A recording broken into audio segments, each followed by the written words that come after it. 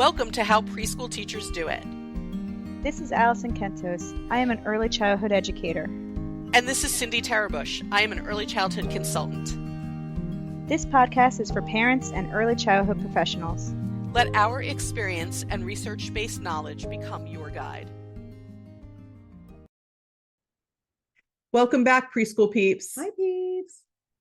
We are talking about meeting anger with love today because coincidentally, Alison and I discovered that we had conversations related to this topic on the same day with people. And we kind of went to each other and said, you know what might be a good topic for the podcast, and discovered that we both had conversations about this. Yeah. Children sometimes come to us with a lot of angst, a lot of anger. It could be something what adults would consider to be relatively minor, but is big to a child. Yeah. Like, let's say they had some sort of argument with a sibling. So they arrive that day in your program angry, or they just didn't feel like getting up in the morning. And the family said, you have to get up and you have to go to your school. And they were angry at their family for making them do this. So it can be it's not minor to them. It's like a day-to-day event. Yes. It could be some sort of day-to-day event took place that triggered their emotions. Right. Yes. And I also feel like we're equipped to know kind of how to deal with it. Trust me, there's days that I don't want to be there too. I didn't sleep well or whatever it might be, but I know how to get through. They don't yet. And I think adults expect them to just know, they really, they don't know how to handle that. Yeah. But it can also be something far more impactful on the long term, right? Those were sort of short-term events that take place, that sort of thing. But then there are also longer term impacts on children's ability to trust and children's ability to form attachments, and that could make them very angry. I'm thinking of a place where I have provided consulting services that had an unusual number of children who were in foster care. Yeah. So some of these children had great placements and did well in foster care. And then there were other children who went from foster home to foster home to foster home, and the other children who went back and forth between foster families and their family members. I've also worked with children, and you probably have too, Alison, who come from families where there's drug addiction, incarceration, alcoholism, and lots of things that can cause trauma for young children. Right. I feel like it's one of those, you don't know what is going on before they walk through your door kind of thing. So you should always be meeting it with compassion rather than resentment. That's true. But I even feel like sometimes we know, right? I've worked with people who know. Yeah. I've worked with people when they've said, this is this child's behavior. This child is throwing things. This child is pushing people, throwing things, screaming at us. Yep. I always say, what is the child's backstory? Yeah. Right. I always say, what's gone on in this child's life? Do you know? Yeah. And when people say to me, oh, this child comes from a family where there's been drug addiction. The child has lived with the parents and then the grandparents, and then an aunt and uncle is now back with the parents. The child, when they tell me these stories, I'm always sort of like, well, of course the child is throwing chairs. And of course the child is angry. I think in that, having to live in a tough situation makes us all angry. Yeah. Right. And children, you're right over there. All right. No, sorry. Children struggle with a couple of things when that's the case. They struggle to express what they're feeling, and they struggle to connect with other people. So because of that, though all those negative emotions come out as anger and come out as pushing people, yelling at people, hitting people, throwing things, biting people, refusing to do what you ask them to do. Yeah. And there are times when I have said to teachers, when they've described this situation with a child, and I've said to them, it sounds to me like there's a lot of anger. The child has a lot of anger, or a lot of anger and mistrust maybe. And people will say, yeah, that's the case, but we don't always know what to do with that. It's true. And Alison and I both had conversations during which we proposed to people, that the only way to combat that sort of anger is love, which can be so hard for adults. And I acknowledge this to the people I was talking to. I understand that we were taught, especially when we were young, that certain childhood behaviors are disrespectful and need to be clamped down on. But back then, I don't think that they really understood as much about child psychology as they do today. I think that's true. Or about like even emotions were like kind of like you as a child weren't allowed to have emotions back then, and we weren't taught about it. And now there's so much more research going on about all these emotions, and if we taught them earlier than when we were taught, then maybe we would be better off. If we were taught earlier than when we were taught, we would definitely be better off. But I think we have to recognize that when you have, it's like for me, it's mathematical, which is so weird for me to say because I'm not mathematical. Because you're not. but for me, it's very mathematical. It's anger. If we meet it with anger, anger plus anger equals more anger. Anger plus being overly strict equals more anger. It's like that. There's a quote, right? Like only you can't meet darkness with darkness. No, yes, only light does something. Cure darkness. I don't know the exact quote, but it's something like that. You can't get rid of darkness with more darkness, something like that. You can only listen, folks. If you know the saying, feel free to let us know. That's what I was thinking of, but it's true because if you think about even this botched quote that we're saying, if you want to not be in the dark anymore, you wouldn't add more dark to it. You would add a light to it. Right. And it's kind of like that. Like you can't, if you add more anger to the anger, then it's just going to be more anger. It's not going to be, you need to combat it. Like you need to be like the opposite. And we can love people while teaching them boundaries. I just want to tell this story about meeting anger with love. And it comes from parenting. I know we have families who listen and people who are raising children. It comes from my parenting my children. When you parent children, at some point, in your parenting journey, they're going to look at you and say things like, I hate you. You make me so angry. They're going to say these things when they're very, very angry. Yeah. And my children would look at me on rare occasion, agreed, but they would sometimes look at me and say, I hate you. And I always looked at them and said, well, I love you. Yeah. And that was it sort of diffuses, I love you. Yeah. There were times when I looked at my children and said, I know that you don't hate me. Right. I know that you don't. So don't say things that are hurtful. But they don't know how else to express. Right. It, right. I would say to them, you may hate what I'm doing right now, but I know that you don't hate me. Yeah. It's like that's what it is. You hate what the person is doing. Yes. You don't hate the actual person. That said, I don't say that to very young children because they are the doing.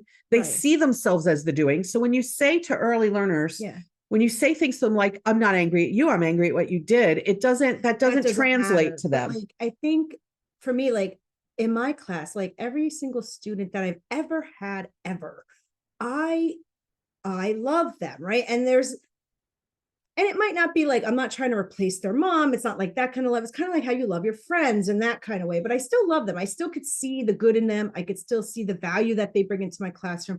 And so when they are angry, and some of them are routinely angry, they had, there's stuff going on. I still will meet them and be like, I love you. But when you are angry, that's not the way we handle it. And then I think because the student hears, oh, but she still loves me, even though I made this mistake. It's now a mistake. It's not like, oh, I'm just the angry person that nobody likes. Yeah. And it's something that they can, and also like they can come to me like, now I'm their safe person. Oh, she loves me even if I made this mistake. So I can go to her when I'm feeling this way and maybe she will help me.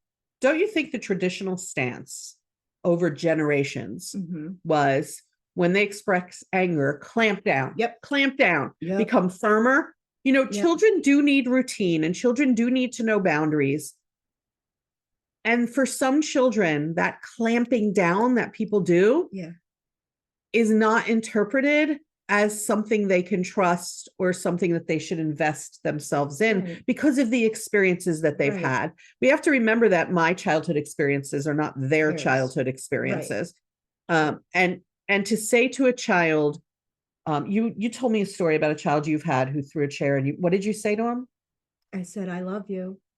What's going on? I love you. What's going on? I love you, and you can't throw you the can't chair. throw the chair when you're mad. Why? Like, what's going on that caused you to do that? And because I think I started out with, that was the first sentence, I love you, and that was it.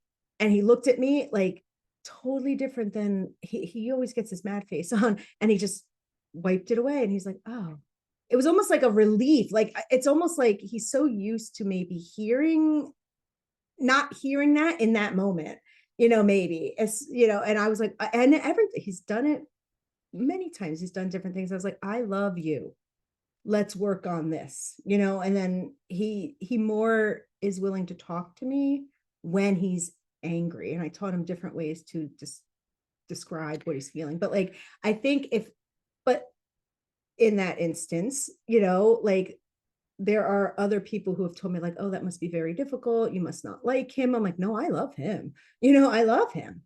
And he doesn't know how to handle his anger right now. It's not against him. It's not who he is, like, he's just going through something right now. And I could be the person that would help him through it, maybe, but through the love, not because I'm clamping down on him or punishing him when he does stuff like that. Like, there's a quote or a meme I've seen on social media, at least, that talks about, and it's true, or I wouldn't bring it up, but it talks about the more difficult the behavior, the more love the child needs.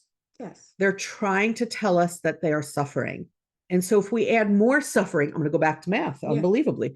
If we take suffering, someone who's suffering in some way, children only exhibit challenging behavior over and over when they're struggling.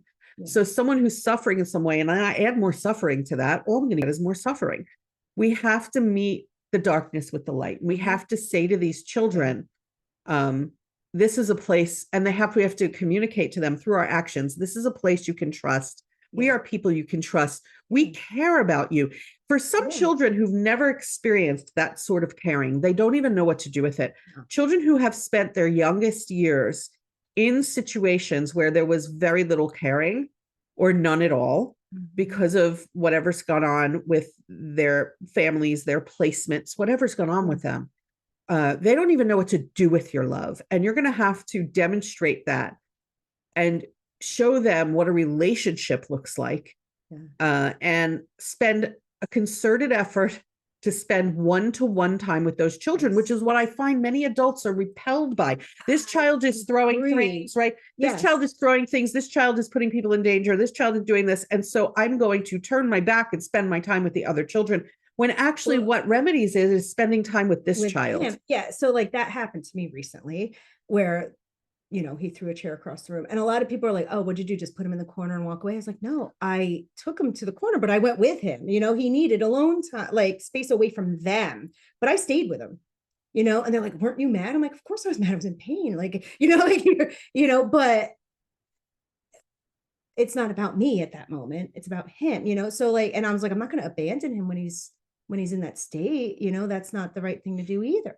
And I was like, I knew the other children were being handled by my aide, so I could spend the time with them. And he told me exactly why he threw the chair. Like, he told me what happened leading up to it, and it's often things that are beyond his control, right? It's not anything that he could control. And I'm like, okay. And then I could kind of walk him through step by step of like, next time this happens, or now I know certain triggers of his, but only because I talked to him about it. There's a lot of people are like, oh, he's not going to tell you what's going on. I'm like, no, he does talk to me. I don't think anybody is willing to talk to them when they're angry. And then you don't know what's going on. So you can't prevent it or help them. They sometimes can't hear you when they're angry. You have to wait till they're calm enough. But I think people are even doing it then. I think they're like, they're calm, good, we're done, and they just move on. I think if you have to wait until they're calm, you still need to go back and discuss it, right, with the child. Like, I think there's people that think, oh, they're too little to know what they really feel. And I'm like, no, knowing how they're feeling is powerful. You could really change their whole day just by knowing. But if you're not asking them, you're not going to know. Listen, you could change for some of the children, you could change their whole day by when they're calm, just going over and saying, you want to play with me? Yep. You could change their whole, and that's really when the hard work has to be done. When they're calm, you have to go over and say, let's spend some time playing together. What do you want to do? And see if they're willing to do that so that you can create a bond with them that you can draw from, right? When things are happening. Yes. You know, I hope that people realize as you're listening to this, that I'm not downplaying the amount of patience this takes. It takes a lot. Yeah, it takes a lot. This takes a lot of thought and intentionality and patience. So intentionality, I think we have to go in with these children, remembering that child is struggling. I'm not going to add to the struggle. I'm going to be patient. I'm going to teach the child some boundaries, like I love you and you can't throw a chair. Someone's going to get hurt. Right. When you throw a chair, here's what's going to happen. You're going to have to sit by me and then you can't go back to play in that area. Right. And I think setting a boundary like that is very, very different than making faces, yelling, becoming, now the adult is becoming obstinate and aggressive. There's multiple types of aggression. Don't forget, there's verbal aggression.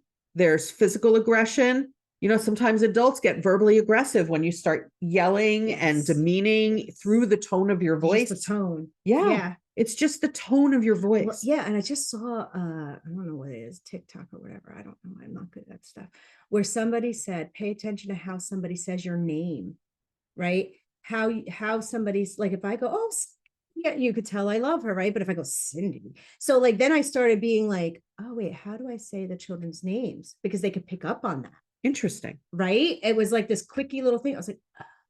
They're like, you can tell how somebody feels about you simply by the way somebody says their name. So if you're in the classroom and you're always saying this one child's name with anger or resentment because you're like, oh, he's here again. Hey, you know, like they can feel it. They know. They also know if you say their name more than every other child's name. And there are going to be situations in which you do need to say their name. Yeah. So my suggestion is make sure you're calling everyone else by name all day long too. Yes. You know, make sure you're using everybody's names pretty equally, because they know when you are singling them out by saying their name all day long every day. And so do the other children. And then the other children start to do it. And everything is this child's fault, even though the child was absent. Yeah. So when something happens and you go, what happened? They'll automatically go, this child did it, because that's the name that you call all the time. I've had them blame children who are absent. Yeah. I've had that happen before. Yeah. You know, or you're like, hey, he was not here. Like he was at speech. So no. Yeah. No, he was out with the therapist. Come on. Definitely had that happen. I think there's a lot of adults that like when they have a child that's like angry or challenging, you know, or whatever it is, they, instead of loving them, they resent them, you know. And I feel like they're never greeting them at the door, or they're like, oh, he's here today. They know, they can see it, they sense it. Like they're not dumb, these little children, you know, they know how you feel about them just by that kind of stuff. So like, and I think we have to take a step back and think to ourselves, I am sitting here angry and resenting a 3-year-old. Right. He's not doing it on purpose. He's not doing it to ruin your day. Yeah. You know, he's not doing that. Like, that's not. Meet them with love. Yeah. Play with them more often. Have one-to-one meetings with them.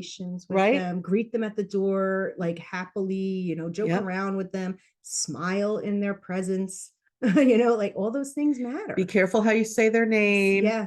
Be careful how often you say their name. Yep. And when the chips are down and something has happened, calm, patient, still bonding, still loving, still trying to show this child that you can do something that's upsetting and still be worthy of other people's love. Because so many of these children who have rough backgrounds don't know that they're worthy of people's love. So teach them that they are worthy of that. And sometimes you yourself have to take a breath, and you yourself have to try to remove yourself from the situation for a minute so that you can regroup. so that you can take a deep breath and say, okay, this child is so young to be struggling like this. I'm going to be helpful instead of hurtful. Yeah. And I think that also takes like knowing, say, like if you have an aide with you or, whatever it is, to be like, listen, I got to take a break. Can you take over, for a minute? And I will tell the child, like, I will be with you in a minute. I just need to go get a drink of water and I'll come back or whatever it is. Because I think that's good modeling for them too. Like, I'm mad right now and I'm going to get myself back into what in my class we call the green zone. So I'm going to go do those things that I taught you. I'm going to go take some breaths and take some water and then I'll come back. I'm not abandoning you. Can't always leave the room though. The truth is adults can't always leave the room because of ratios. Walk away for a minute. Yeah. Just take a breath. Take a breath. Different area of your room. Yeah. Take a breath. There's nothing wrong with looking at children saying, give me a minute. Yep. And just taking a minute in your own head if you can't physically leave the room. Yeah. All right. So we're going to, and I'm going to say that I'm going to end with this. I think in the world as a whole, if we started to meet anger with love, the world would be different. The world, that would be. Right. It would be beautiful. So, okay. Let's all give that some thought and intentionality. And remember, children who are struggling need your love more than anybody else. And we will catch you next time on the podcast. Bye, peeps.